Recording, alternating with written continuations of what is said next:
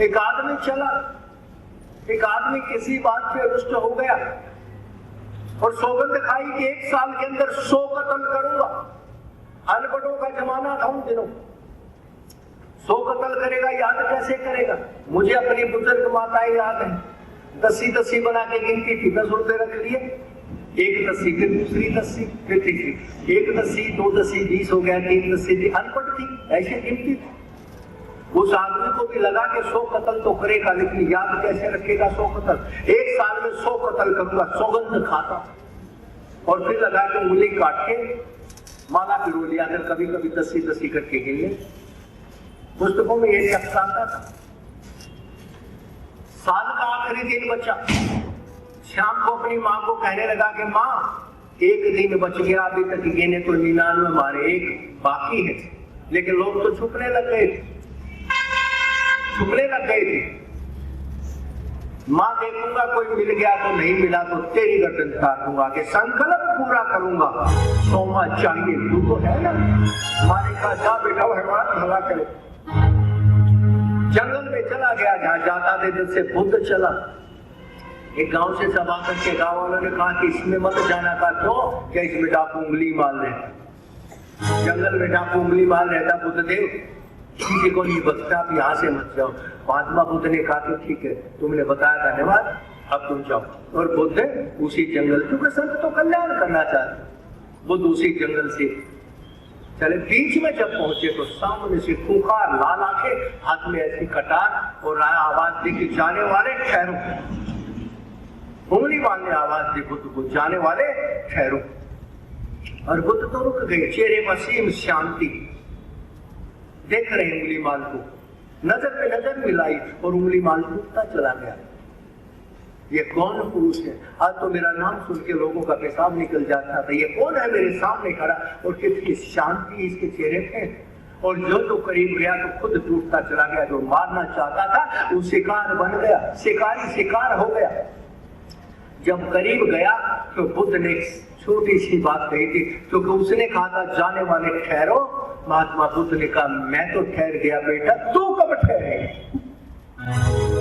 मैं तो ठहर गया बेटा, तू कब ठहरेगा? हो गया सत्संग, वहीं पे कटार छूट के चरणों में लंबा लेट हो गया कि वैन जाग गया, मैंने बहुत बड़ा अपराध किया हूँ। 99 मार के एक अपना वायदा पूरे करने के चक्कर में मुझे क्षमा कर दो। और उसी दिन से 99 कत्ल करने वाला भी परमात्मा में जुट गया। संतों के मुंह से कभी कभी आजकल सत्संग में उंगली मार की कथा सुनाई जाती। इसलिए जो जब जुट जाए तो 1000 पाप करके भी जाएगा तो तेरा 1000 पाप नहीं देखेगा, तुझे स्वीकार करेगा, तेरा स्वागत करने को तैयार बैठा है वो प्यारा परमात्मा।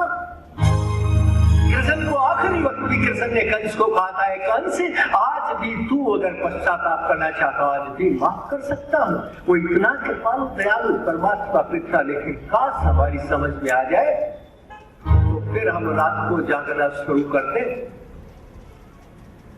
और देखना परमात्मा भी आपसे एक सौदा करने को तैयार है। परम पिता परमात्मा सर्वशक्तिमान, एक चीज की कमी उसके पास है। ये तो नहीं कि बिल्कुल नहीं है तो, लेकिन कम मात्रा में है। एक चीज ऐसी है जिसकी मेरे मालिक को इतनी भूख है, जितनी मिल जाए उतनी बढ़िया, इसलिए वो उस चीज का आपसे सौदा करने को भी तैयार है। वो चीज उसको दे दो और बदले में जो चाहो ले लो। एक चीज का भूखा है मेरा परमात्मा, और वो चीज का नाम है प्रेम। तो प्रेम करना सीख ले, जो चाहे वो मिल जाएगा। उसके दाता के यहाँ खाली नहीं होते, जो मांगो देता चला जाएगा। फिर हर दिन प्रेम भर जाए।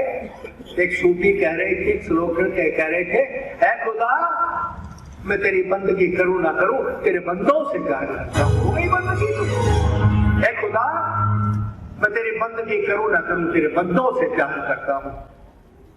खुद मेरा मुझ में राम, सब में राम समाया है, कर लो सभी से प्रेम, जगत में कोई नहीं पराया है। तो द्वेष मिटा दे, प्रेम अपने अंदर उपजा दे। अरे तू तो चाहता कि भगवान के दर्शन हो जाए तो निहाल हो जाएगा। संत कहते तू भगवान के दर्शन कर ले, ये कौन बड़ी बात है, छोटी सी बात है। घटना तो जब घटेगी जब भगवान तेरे दर्शन करने आएगा। वो आएगा, नफरत मिटा डाल, द्वेष मिटा डाल, प्रेम प्रेम से अपने हृदय को भर दे। हमने जो युक्ति सीखी संतों से जीवन में अपनाया, अनुभव किया मुलाकात के, तेरे दर पे सिर झुकाना, मैं तो गाता रहता। हमने जो युक्ति सीखी संतों से जीवन में अपनाया, अनुभव किया मुलाकात के, तेरे दर पे सिर झुकाना, मैं तो गाता रहता। रात भर जागता रहता, तेरे दर पे सिर झुकाना, मुझे रास आ गया है तुझे पाने का तरीका, मुझे खास आ गया है तेरे दर पे सर झुकाना, मुझे रास आ गया है, मुझे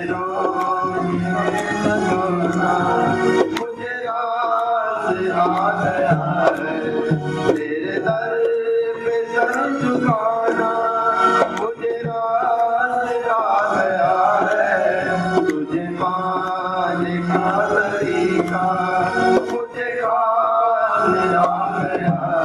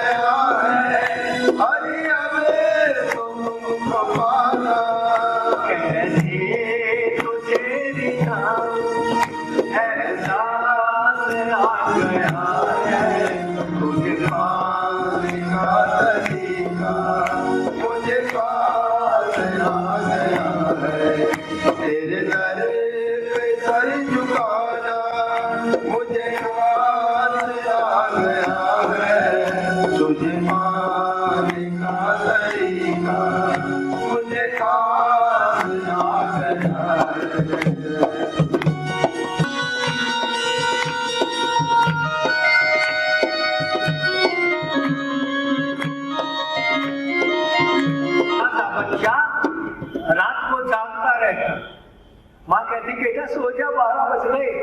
माँ सोऊंगा, थोड़ी देर में सोऊंगा। गाता रहता, जो मन में आए सोने में भजन बन जाते हैं। बंदगी करने का इरादा बनाओ, रात को बैठो, तेरी वाणी से सौमेव कविताएं निकलने लगी, तू साहित्यकार बन जाएगा।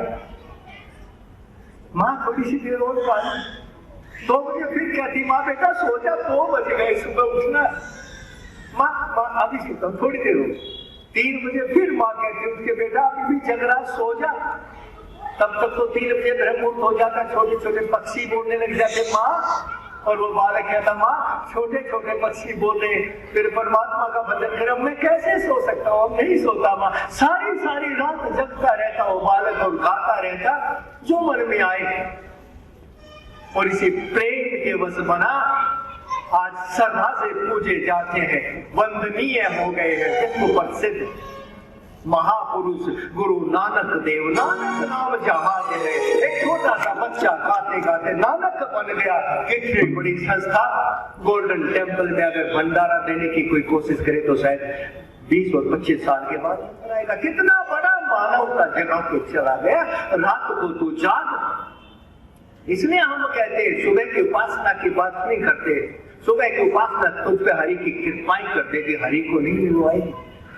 सुबह की बंदगी, सुबह की धूप पूजा तेरे घर में परमात्मा की कृपा करेगी। धन बरसा देगी, नौकरी दिवा देगी, घर में बच्चा नहीं तो बच्चा करवा देगी, शादी करवा देगी।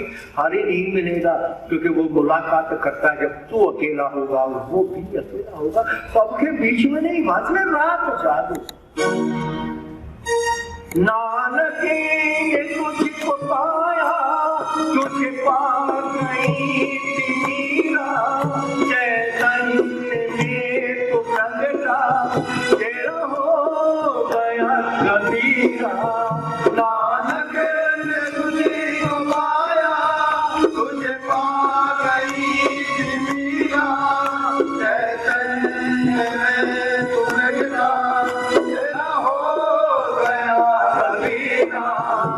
महावीर जी का तुझको, महावीर जी का तुझको उपवास हो गया है, तुझे पाने का तरीका मुझे खास याद गया है, तेरे दर पे सर झुकाना मुझे रास आ गया है, तुझे पाने का तरीका मुझे खास याद गया है।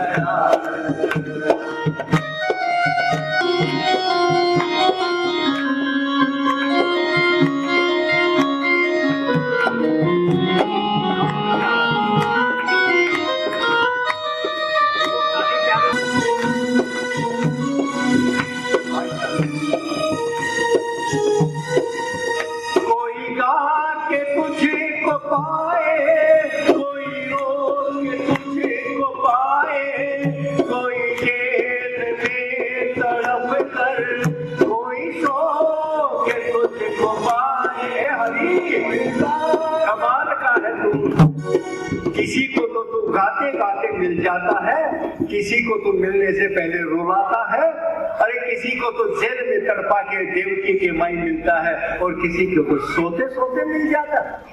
नानक जी गाते रहते थे तो मिल गया, और मीरा रोती रहती थी तो पा लिया, कि देवकी जेल में बंद थी तो पा लिया, और किसी किसी ने तो सो के भी पा लिया। सो के किसने पाया? शाम को सोई है माँ यशोदा, जन्म तो लड़की को दिया लेकिन सुबह उठी तो बराबर में तो कृष्ण भगवान बेटे थे।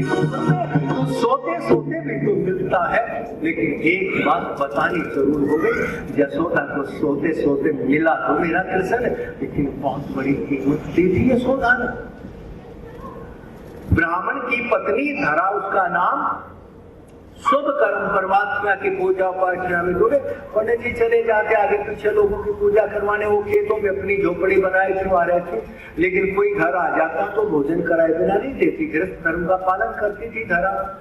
एक दिन दो संत आ गए, कहा कि बेटा भोजन करेंगे, भोजन करेंगे। तो घर में तो आता था ही, क्योंकि वो परीक्षा देता। मेरे मालिक के दो सूत्र है, परीक्षा तेरी लूंगा और प्रतीक्षा कर लूंगा। प्रतीक्षा करवाता है और परीक्षा लेता, लेकिन कंजूस में वो परीक्षा नहीं लेता कि ध्यानु तुम्हारी शीश काट के चढ़वाए ना, तेरी जिज्ञासा कितनी, छोटी सी परीक्षा लेता।